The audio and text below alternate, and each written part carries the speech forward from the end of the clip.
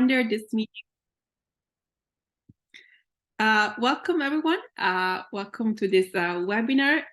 As a reminder, the webinar is part of the data journalism program that we are running together with EDJNET.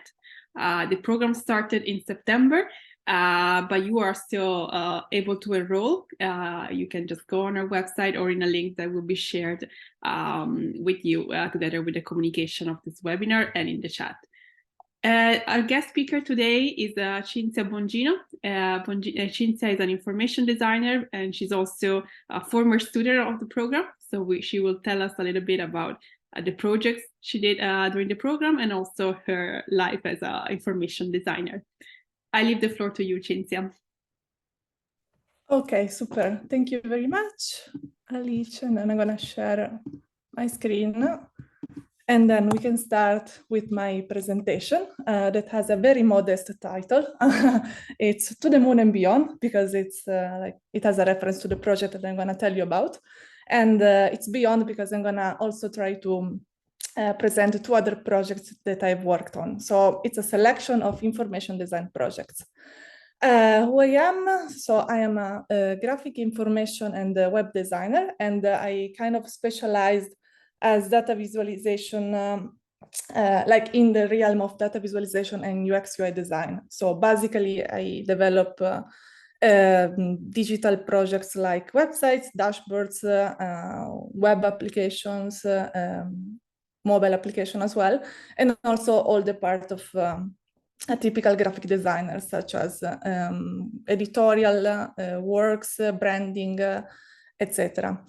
Apart from that, I sometimes do some research-based projects for artistic context, meaning that I do some installations for exhibitions. I'm not an artist, but sometimes I join these exhibitions in which I try to bring in my knowledge as an information designer and make it like a more physical project. I joined the course in data journalism because I wanted to check my research process because so far in my university studies and in my own free time, I do these kind of projects in which I use data and which I try to create a storytelling with it. And I wanted to check if my methodologies was actually similar to the one of a data journalist. So what you will see like today in this 40-minute talk, it's like a designer's take on data journalism techniques. So most of you, maybe you are journalists, you are more professional.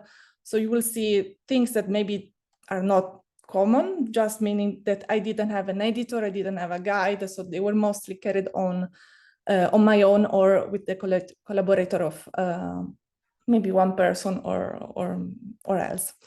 So let's start.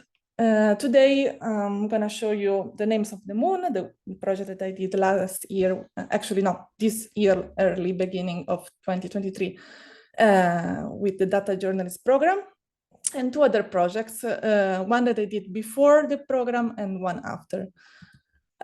So the names on the moon, how it started. So I guess you also had the task of you're like actually doing the program. So you probably have to come up with a piece with like a project that deals with data, and it's something that you can develop from an existing data set or something that you can create on your own, maybe through interviews or gathering data on the field. So while I was looking for a data set, actually I found a map because when I researched about like a topic, I was very much interested into space and objects that are floating above our heads. So I was already looking to NASA, ESA, space agencies, data sets and similar things. But at one point I stumbled upon this image that shows a fragment of a moon surface that is like enriched with this site location. So we can see like Mare Imbrium, Eratosthenes, Marco Polo, BMJ, etc., etc. So I was really like curious, like I never actually looked so close at the moon to spot all these different locations and places, because like what happens when an average person thinks about the moon? Obviously, you have this kind of muted portrait, which is very gray, and you just have this bright gray circle that stands up there on the night sky. But actually, like it's this satellite that floats around the Earth. So maybe we have also been to the moon with like a space mission. So actually, in this past like 60 years of history, locations have been marked down, and I was actually very curious to learn more about it. So, like as my own process, what do I do usually? I cover Wikipedia as a first base. So in theory, you have already like a very good repository of information that you can start from, just to cover what's already there on the website. And a funny thing is that I also found out that another name of the moon is actually, apart from Selenian, also Cynthian. So, okay, there is a connection. Maybe it's an interesting topic to delve further. And I noticed that there was already like a section related to surface features that links to a list of lunar features. And I found like several tables that are listing the various names and place names located on the surface. And by looking at the external links, which are the real treasure of Wikipedia, we can actually like enter into so many other different resources existing on the web. And the one that was the main source for this table list was actually this Gazetteer of Planetary Nomenclature, which is actually a website that presents the work done by this International Astronomical Union working group for planetary system nomenclature.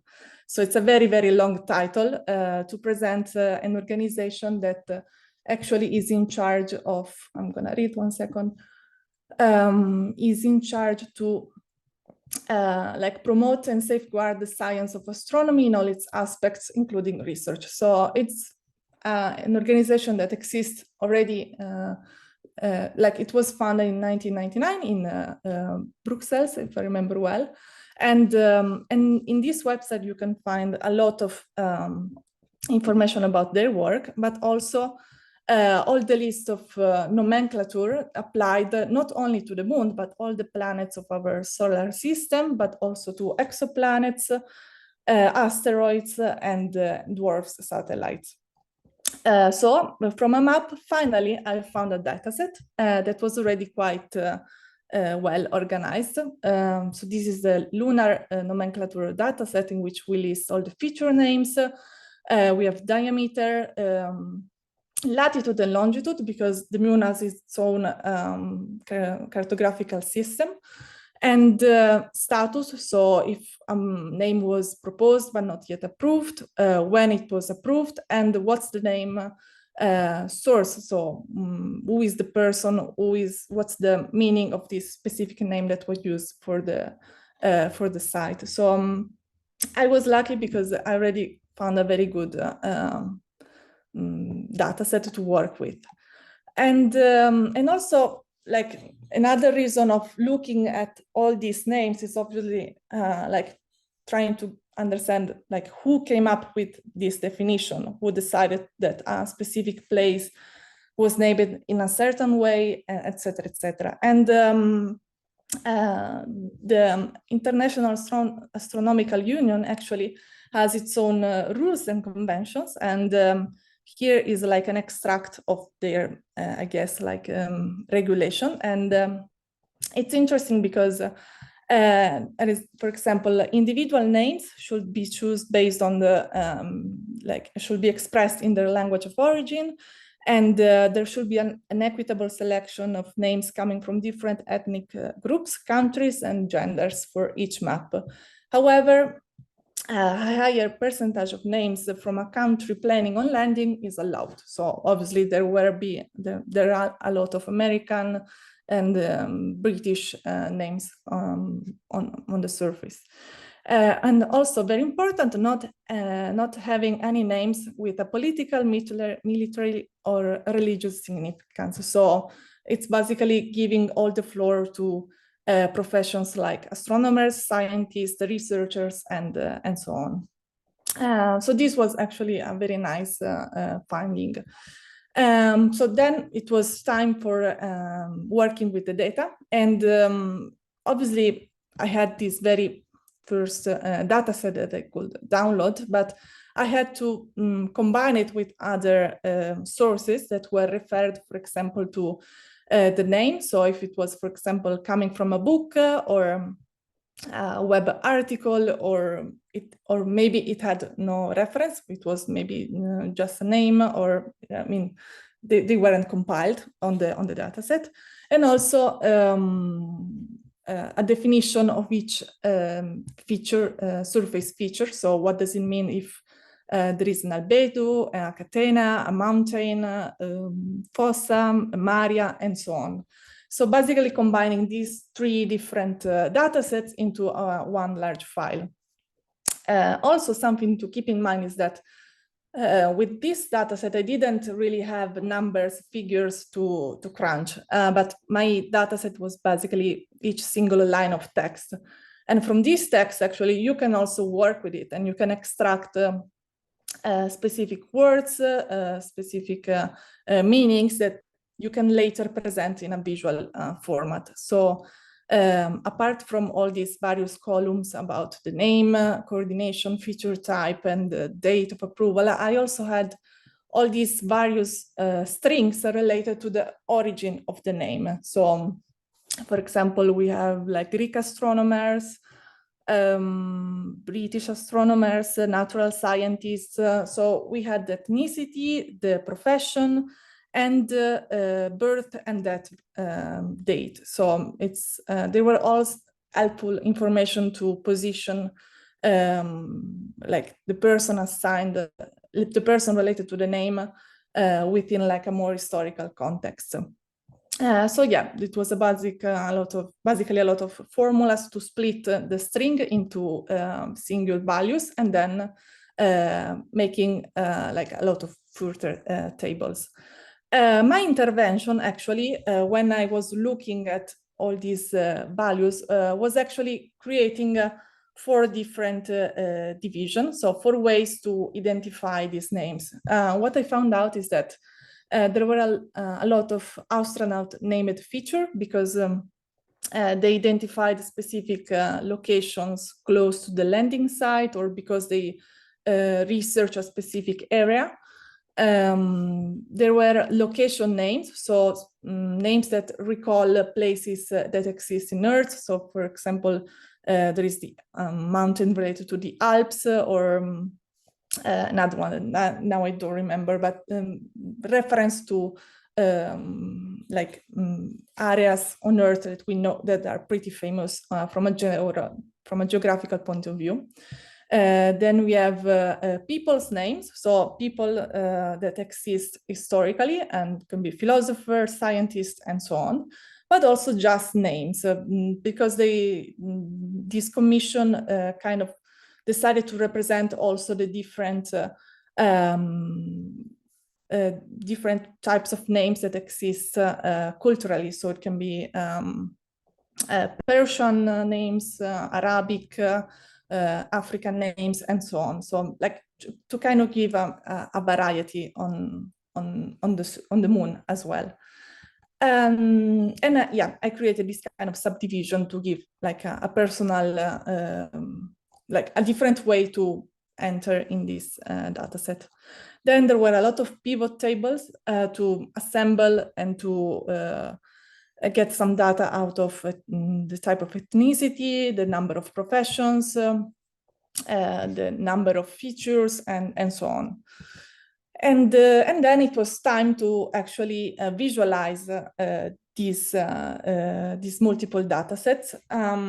So because I have all this background in information design, I really use data as a main storyline, as the main bone, let's say, of the project. So I don't have much skills like in writing, as maybe some of you have. So I really work to turn data into something very meaningful and impactful, and something that can be maybe used as an exploratory tool. And because I am a designer, I don't really have much background in coding, I try to use tools that are available online, or open source, or maybe you have to pay just a little, to work with it and to create interactive charts or editable charts that I can then later change colors, fonts, and so on. So the two tools that I use the most are actually row graphs and Flourish. Flourish is very good if you work mainly digitally, because you can embed the charts, you can customize them, and it's quite intuitive, and they have several options that are very common in Newsroom, while row graphs actually gives you maximum freedom in terms of editing options, because you can change some inner settings within the chart, but you can also download it as an SVG file. And then if you know vector programs, you can then really create whatever you want out of from it. And they are both for free. With Flourish, you have to pay if you want to customize more. And these are, yeah, as I said, the tools that I use the most, but I mean, there is also like a Google Sheet or the Excel charts, which are also pretty decent, and you can also edit those. And also Data Wrapper, the tool that you probably are going to learn about during the class. And there are also several other possibilities on the website, on the web. It's just a matter of test and try, because like if you're totally new to the topic, obviously you can do almost anything with a bar chart or with a pie chart, but there are multiple type of visual models that can help you to better present your data. So as a rule, generally you should look for the right type of visual model for the right type of data that you have.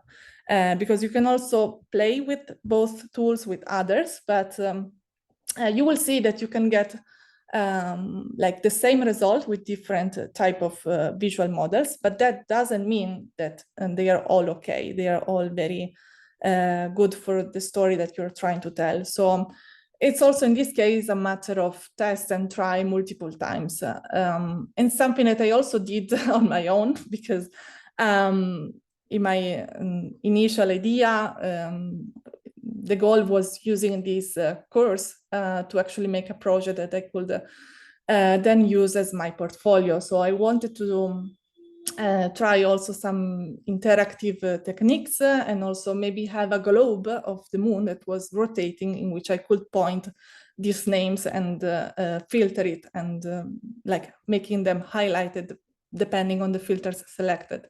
So I tried with a cartographic problems, but since with a cartographic programs, but since the moon has its own coordination system, it was not very easy to actually display the names correctly on the surface map. In the end, I managed, but when I arrived to this final result, I realized, okay, what do I do with it? I don't have many coding skills to actually bring this visualization to a further level. And I also realized that actually interactive globes are already existing on like on the internet. I could maybe recreating it and using it in my own way to present the story, but for the sake of my initial research, it wasn't very important to have something like an interactive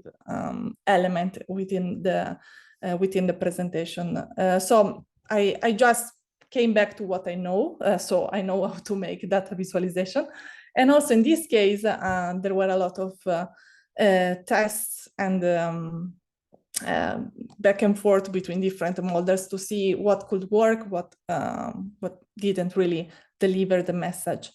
And apart from that, I also did visual research. Since I'm a designer, I'm very used to actually gather images and layouts of photographs or anything visual that can help me to find any identity, to find like a mark, a visual mark, let's say, to the work that I'm doing.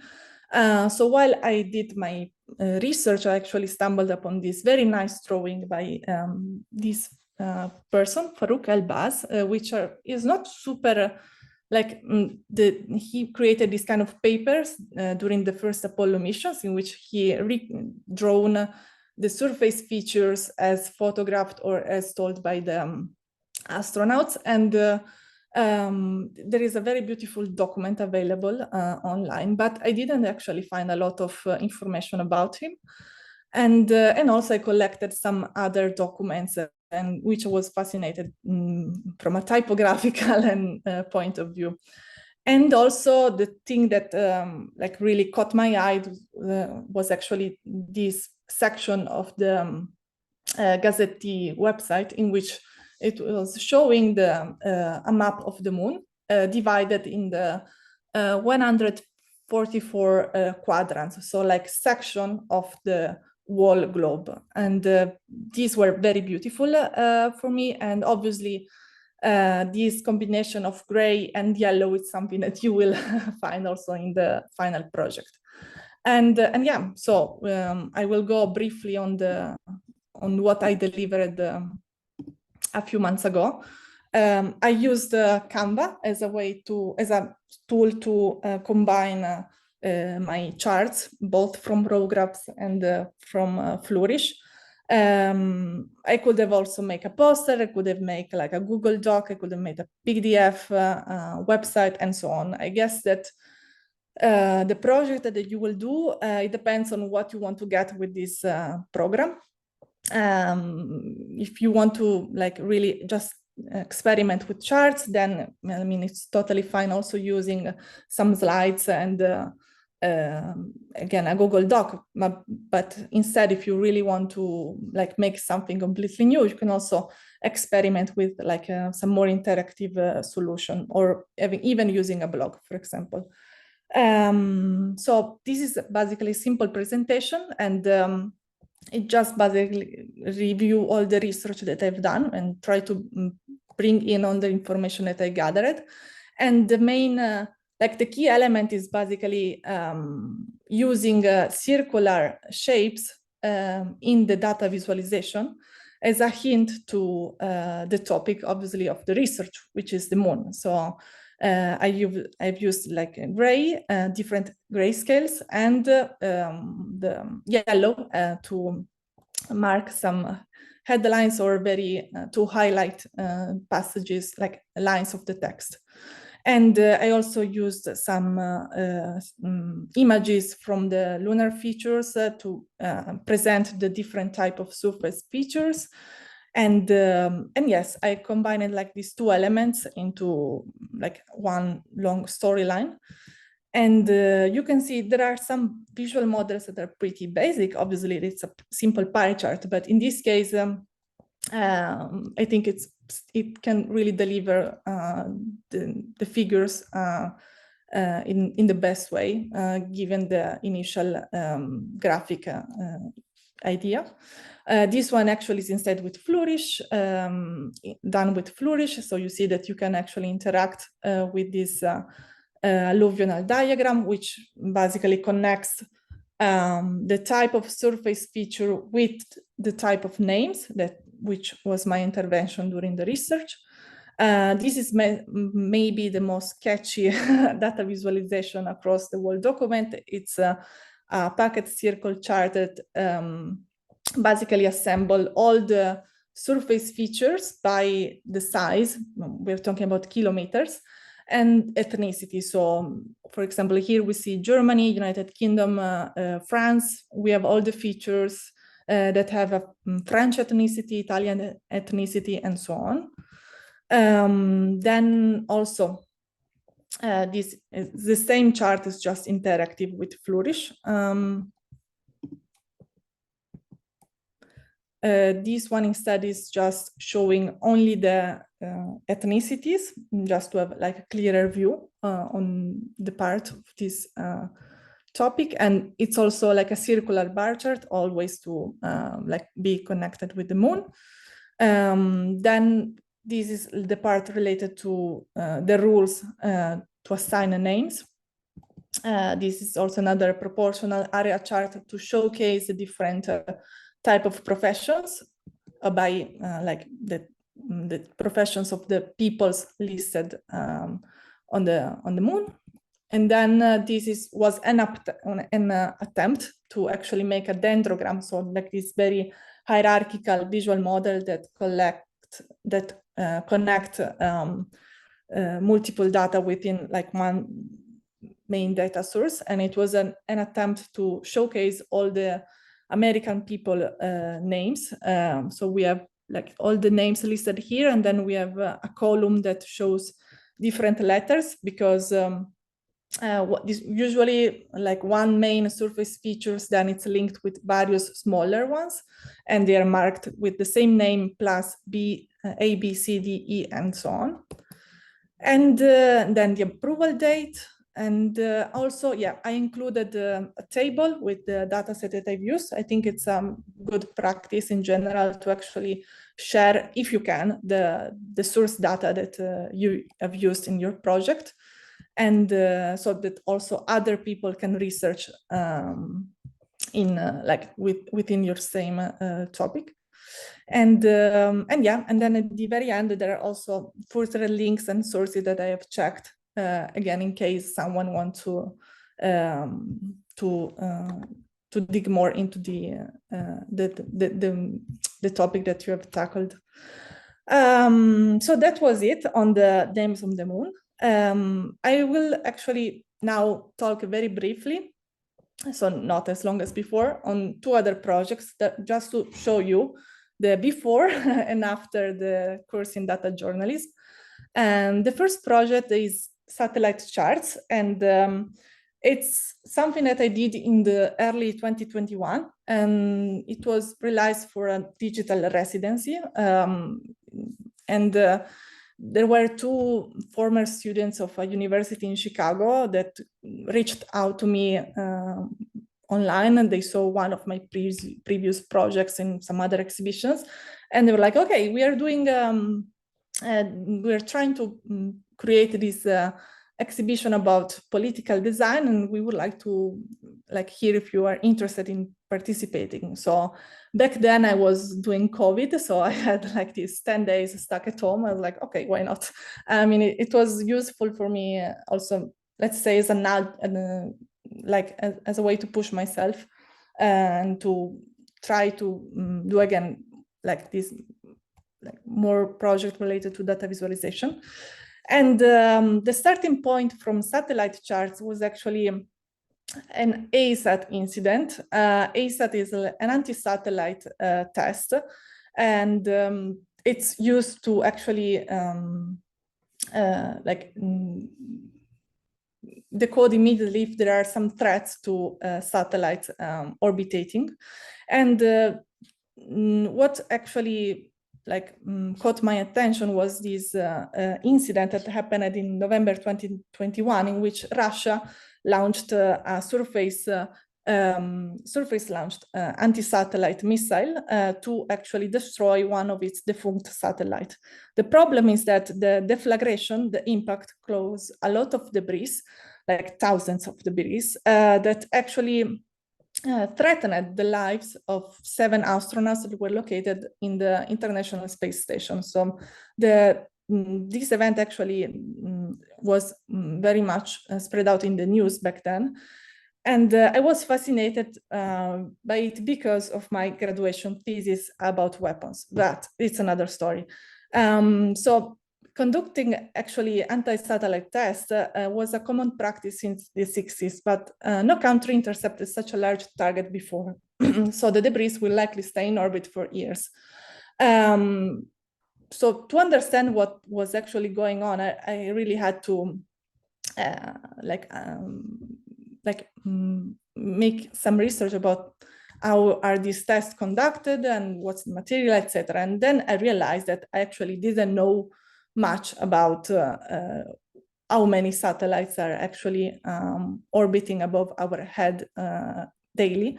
So I looked online at some possible like material, some resources, and I found that there were actually a lot of visual representation of the total number of satellites orbiting above our head. And these are actually all the active satellites. This is an image that was taken in 2022. So obviously now there are much more. And you see like a closer line, which is the ones that are in the LEO orbit, so low Earth orbit. They're mostly like going very close to the Earth. And then there is this other circle here that are all the geostationary satellites, because they orbit at the same distance, which is 37,000 kilometers or 35,000, something like that, from Earth, at altitude from Earth. And they're usually like for telecommunication services. And then we also have the non-operational satellites. So all the rocket bodies or pieces or satellites that don't work anymore, that they're just standing in orbit around the Earth. And also the decayed, so the one that got destroyed by the impact with the Earth's atmosphere or destroyed by other satellites on space. So given that, I actually realized that there is much more to say just about the satellites. And it was actually easier to document it because there are multiple data sets available and there is much more information. And as of March 6th, 2022, there were actually 25,300 space objects that were active, like circulating in space. And but actually there were already listed like more than 50,000 space objects. So right now, probably the numbers are much bigger. In terms of representation, yeah, there were globes, there were multiple websites that can help you to track satellites. And there are also a lot of charts that have this very techy, style, let's say, to show data about space. And also there is also this one, which was actually very famous, as my favorite. It's an interactive visualization of the satellites located in the various Earth orbits. And it's beautiful because they are moving based on the orbit. So some are elliptic, and so you see that they go up and down, but some are more circular and they stay located here based on the distance from Earth. And this was like a visualization available on Quartz like a few years ago, but still I think it's one of the most effective one ever realized. And obviously I had a look on what was already existing, what I can do like difference. And my goal actually was presenting an historical view of satellite launches enriched by inside stories and charts, because what I think was lacking was a way to show actually how many satellites were launched per year, and if there were a lot more maybe launched in the past few years. So again, multiple data sets to combine, because some they were saying things about the cost per, like the type of identification. Some were telling more information related to the type of satellites, so if it was used for Earth observation, communication, military, and so on. And also in this case, we have multiple tests and errors until in the end, I kind of managed to actually use the beesworm chart as the beesworm plot as a way to plot satellites along a time date, and using actually just 4 colors to identify specific, to identify if they were active, non-operational, decayed, or if their status was unknown. So this was one of the early tests, and I tried to like distribute them by distance from Earth. Also, this was another attempt in which I just worked with text. So this was active and decayed satellites by country of operator or by launch complex. So you see that you really can create some very visual, some very nice visual things just by using different type of charts. Eventually, the result in the end was this very, very long chart or map. It depends on how you look at it. And it's just showing a timeline like of how many satellites were launched in space since the very first one from the Sputnik. And yeah, I can show you because then I kind of created a website for it. Yeah, it's meant to be, in the beginning, there was maybe the chance of having it printed, but I basically designed it for a web view. And there are multiple actually ways in which you can have a look at this piece. You can just simply browse through it like I'm doing right now, just to see if you stumble upon something that get your attention, you can simply read it. But there are also, for example, this other view, in which text view, in which I basically position all the research and charts in a more simple way to read and to get through. Or maybe you want just to look at the chart and then you can browse as much as it happens on a Google Sheet. You have one column that is fixed and it's related to the distance, like the various orbits, and then you have the time on the x-axis going on the bottom, and then you can spot all the various satellites located. Obviously, this would have been super if I was able to code it in a way that these dots were interactive and could tell me some information for each of it, but I am not, so this was the best I was able to come up with. And then there were like, yeah, 2 other updates, one related to the launch sites and one other related to the space debris. And okay, now I go very briefly to the last project, which is very recent. And I think it benefited a lot from the course in data journalism, because I think I was able to create a more narrow story and to contain a bit the research. So it's something that I did over the summer.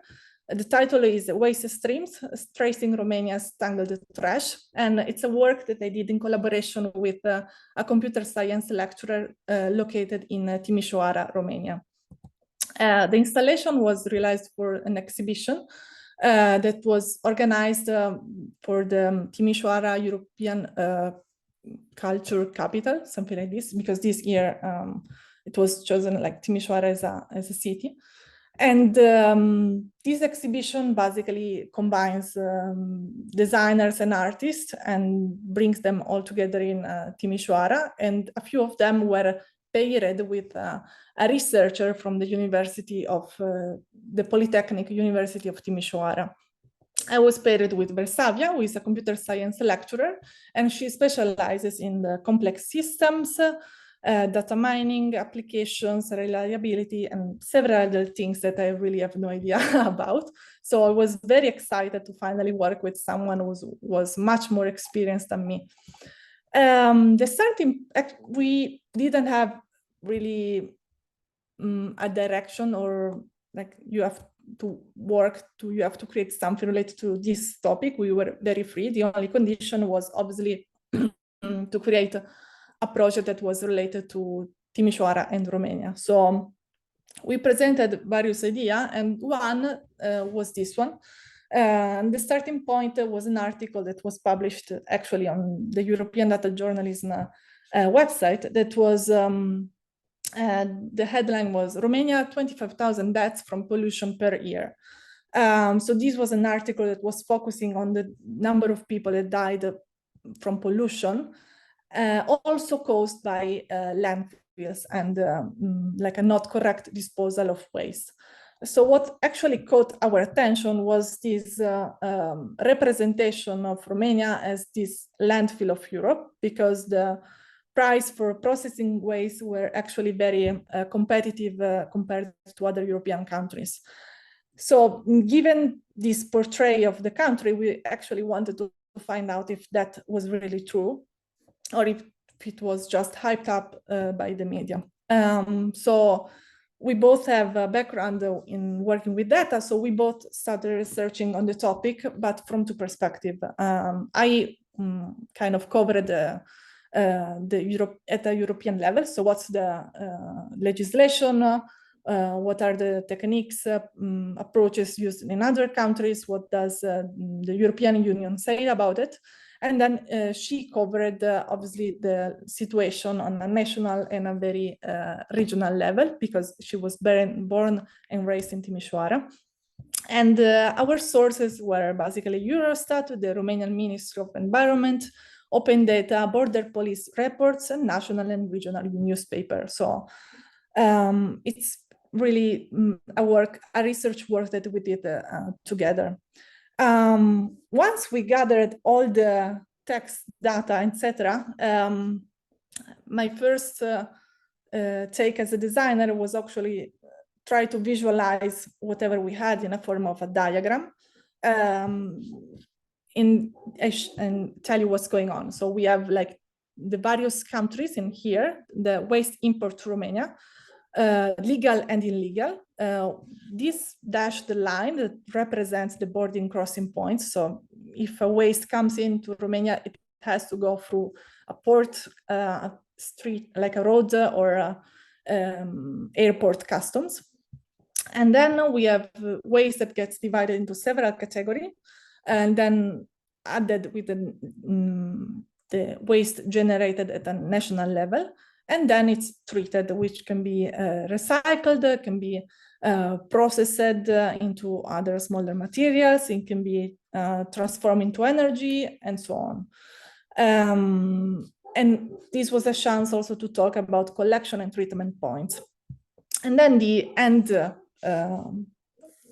the route of the waste is basically what happens to it. So if it's not recycled, if it's not burned or transformed into energy, it goes into landfills. It can be exported again to other countries which have better centers to treat it, or it can be actually maybe used as a material for cement factories. This is a claim on several news reports, but we didn't cover it on this installation.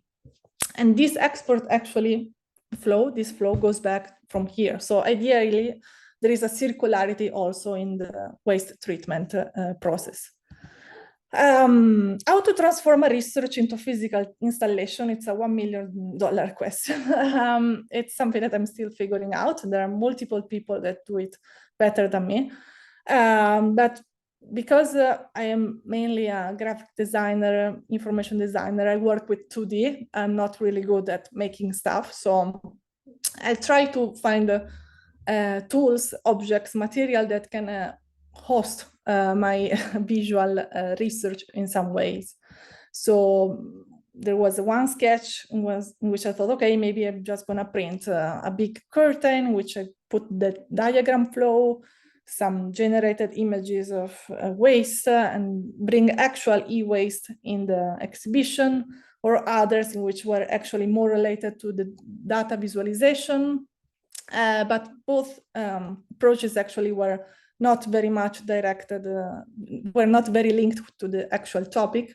So I thought, okay, maybe it's not really waste itself that I'm looking at. I'm looking more at the infrastructure behind it.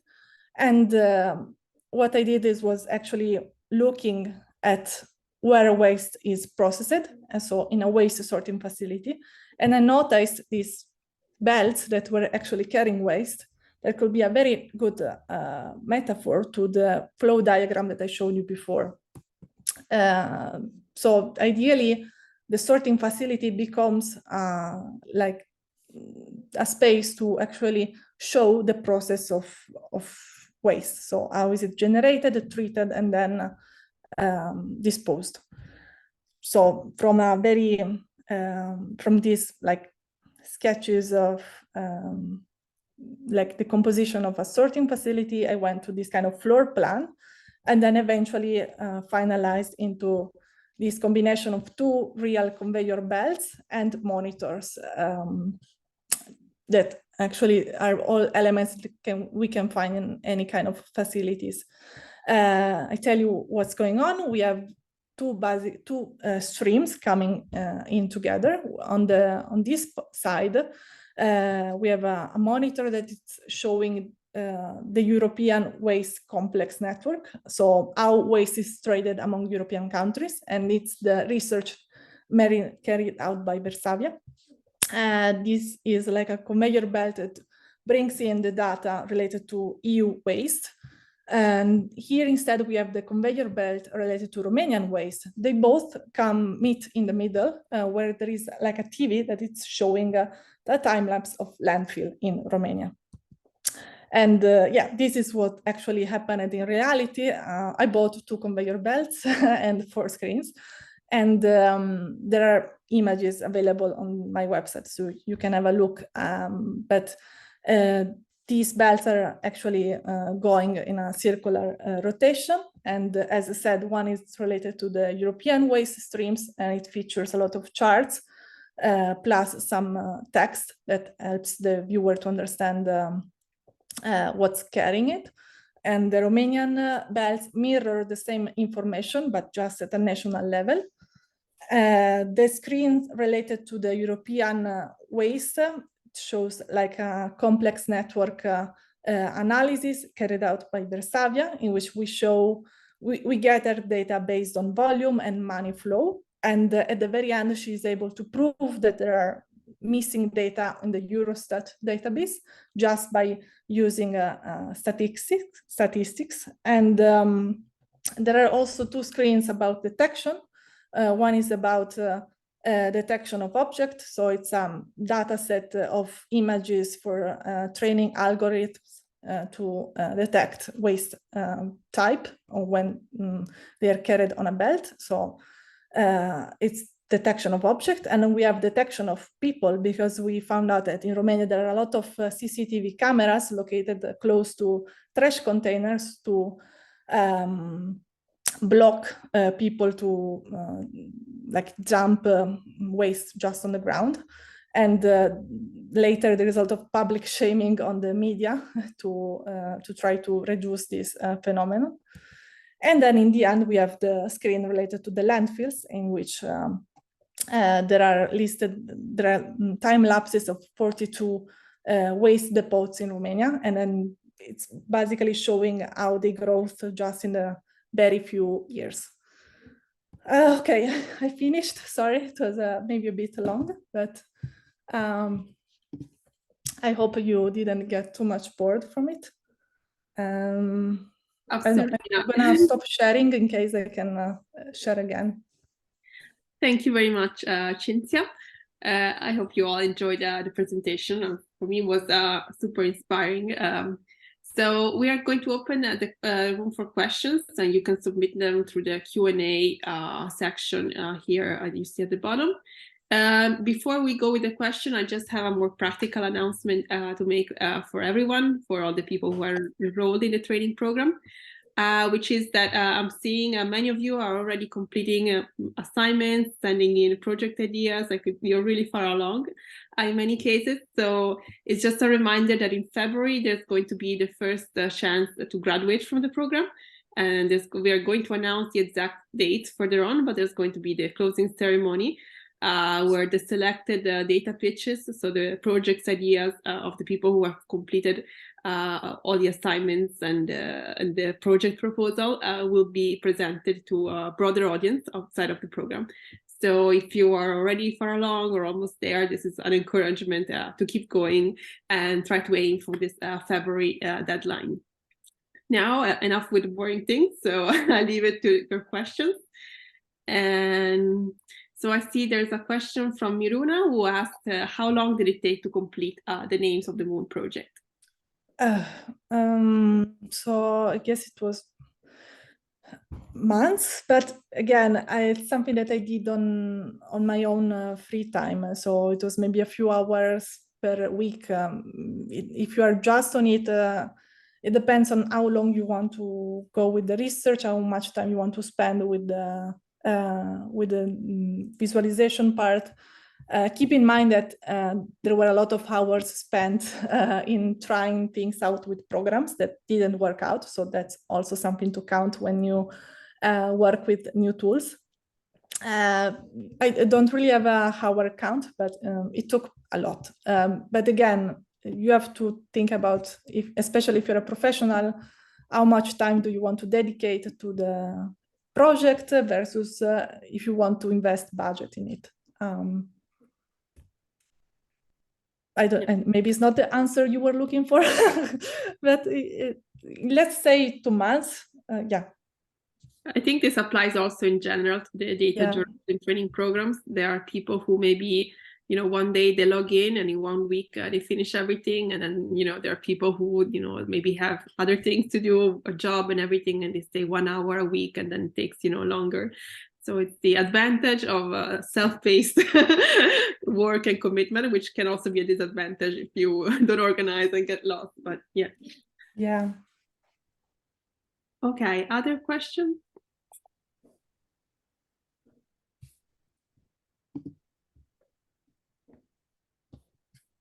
I mean, if you maybe not have questions like now, but later you want to ask me something, I'm still in the Slack channel, so you can also contact me over there, or my email, you can find it on my website, so it's very easy to reach out to me.